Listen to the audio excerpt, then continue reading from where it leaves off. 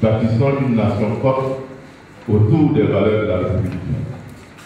Et pour consolider alors cette union, exactement ensemble ce matin, nous magnifions l'un des symboles de la République, qui est la Biennale. Salut aux terres d'espérance, pays de l'hospitalité, et les gens remplis de vaillance ont relevé ta dignité. Les ficheurs Côte d'Ivoire, fiers artisans de ta grandeur, tous rassemblés pour ta gloire, te bâtiront dans le bonheur. Historiens, le pays nous appelle, si nous avons dans la paix la patrie de la vraie fraternité.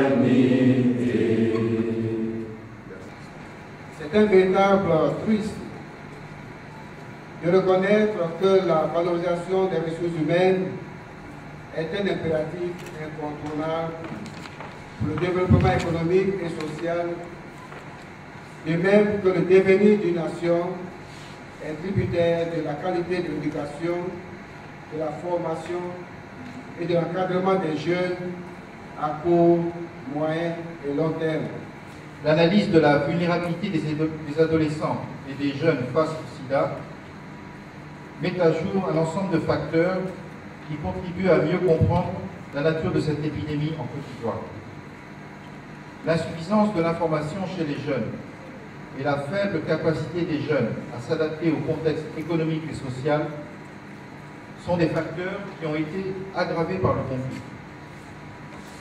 La crise a fragilisé profondément les communautés et contribué au déplacement des populations, aux viols et autres formes de violences sexuelles, aggravant ainsi la propagation du VIH-Sida. Cette période de sortie de crise est pour nous l'occasion de repenser nos actions pour envisager une meilleure planification avec l'espoir d'atteindre progressivement les objectifs du millénaire pour le développement.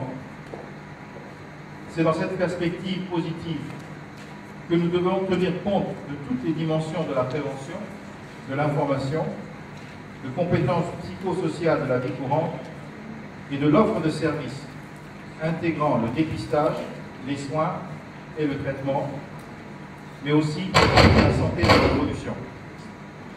Et l'UNICEF est prêt à vous soutenir dans tous les efforts que vous menez pour lutter contre cette terrible maladie. Je vous remercie.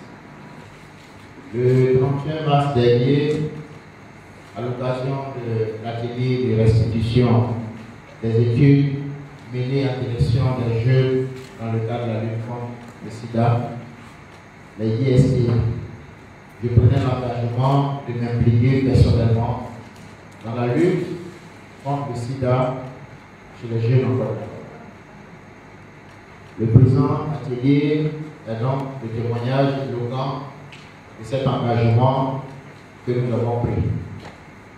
Autant notre ministère ne ménagera aucun effort pour cette lutte, autant nos services ne réchigneront pas vraiment la tâche et autant ils seront à l'avant-garde de la prévention. La lutte contre les IST et le VIH-Sida est une œuvre collective. C'est également un engagement qui ne peut être effectif que s'il est soutenu par une conjugaison des efforts, par une synergie dans l'action. Encore une fois, cet atelier est la preuve tangible de la réunion et de la mise en commun de toutes les intelligences et de toutes les énergies. L'autre n'aurait pas pu se réunir ce matin sans le soutien de partenaires. Je voudrais donc remercier à cet instant précis tous les partenaires, le FNIAP, l'UNICEF, le PNUD, le PAP, tous ceux qui ont mis ensemble les moyens pour aider le gouvernement de Côte d'Ivoire à travers le ministère de la Jeunesse, le ministère de la lutte contre le sida, le ministère de l'Éducation nationale et tous les autres ministères impliqués dans l'organisation de ce présent atelier. Mes remerciements vont également à l'endroit des autorités de Grand Bassam. C'est vrai qu'on parle de l'emploi des jeunes, mais il faudrait qu'on insiste sur la santé de ces jeunes. C'est le lieu pour moi d'indiquer que le comité sectoriel de lutte contre le sida de mon département sera réorganisé et réactivé dans les prochains jours. Je suis persuadé de votre soutien à cet effet. Cela est une nécessité, même un impératif, d'autant que le ministère de la Promotion de la Jeunesse est désormais une entité autonome. Mais je me rappelle qu'à l'atelier du 31 mars, nous avions convenu de laisser le leadership au ministère de la Santé, qui est effectivement le ministère dédié à cette cause, celle de la lutte contre le sida. Donc, décidé, nous allons exécuter. Le remède actuel contre le VIH-Sida, c'est la sensibilisation. La sensibilisation au quotidien. Et vous devez le retenir. Dans vos localités respectives, vous devez être un maillon incontournable, sinon essentiel, dans ce combat inlassable contre la pandémie. Intégrez tous les comités locaux. Investissez-vous dans toutes les actions touchant à la lutte. Le plan stratégique qui sortira de vos travaux sera la boussole qui guidera nos pas, la lanterne qui éclairera nos chemins, et vous serez jugés, sinon évalués périodiquement sur l'exécution du diplôme. Je vous exhorte donc à beaucoup plus d'ardeur et d'assiduité au travail.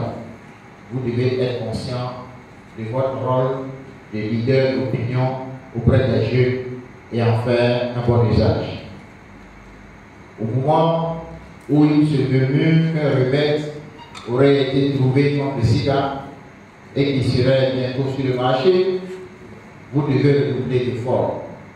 En effet, dans l'euphorie d'une telle découverte, si elle existe,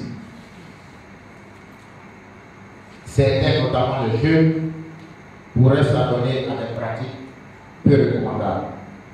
C'est donc le moment de vigilance de tout instant. Alors, ne baissez pas la garde. À mon propos, en déclarant ouvert l'atelier de formation à l'élaboration d'un cadre stratégique national de prévention du sida, IST, et santé de la reproduction basé sur les déterminants de la vulnérabilité et du risque chez les jeunes hors école. Je vous remercie. Oui, je me nomme Akilignan et je suis le directeur de la protection des jeunes. Compte tenu de la vulnérabilité des jeunes et du risque, l'atelier que nous organisons aujourd'hui a pour objet d'élaborer un cadre de référence qui nous permet de connaître les bassins de vulnérabilité et puis apporter les mesures qui sont appropriées pour permettre aux jeunes d'éviter le sida. Mais c'est surtout pour permettre à notre ministère d'assurer un leadership dans une plateforme de collaboration et que toutes les informations au niveau des régions, au niveau des départements ne soient pas occultées et qu'ils puissent collecter ces informations-là et remonter ça au niveau central. Donc c'est par rapport à cela que les directeurs régionaux et les directeurs départementaux sont réunis ce matin pour réfléchir sur des plans de travail par secteur, c'est-à-dire par région, EcoFinish, on peut sortir un plan régional budgétisé avec ce que les jeunes peuvent entendre par rapport aux missions et attributions du ministère de la promotion de la jeunesse et des services civiques.